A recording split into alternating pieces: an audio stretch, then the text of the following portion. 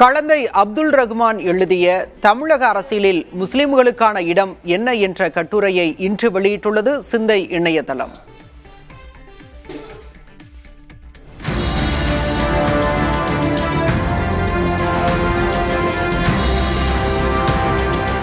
தமிழக அரசியலில் முஸ்லிம்களின் பிரதிநிதித்துவம் கவலையளிக்கும் வகையில் தொடர்ந்து சரிந்து வருகிறது.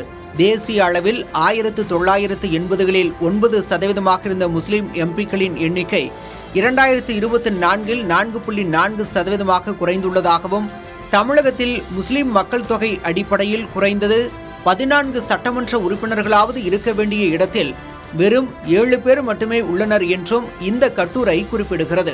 முஸ்லிம்களுக்கு வெறும் தார்மீக பாதுகாப்பு மட்டும் போதாது, முறையான அரசியல் அதிகார பகிர்வே சமூக நீதிக்கு வலு சேர்க்கும் எனவும், திராவிட கட்சிகள் முஸ்லிம்களுக்கு வெறும் சிறுபான்மையினர் நலத்துறை போன்ற பெயர் அளவிலான துறைகளை தாண்டி முக்கிய அதிகாரங்களை ஏன் வழங்க வேண்டும் என்பதையும் இக்கட்டுரை சுட்டிக்காட்டுகிறது.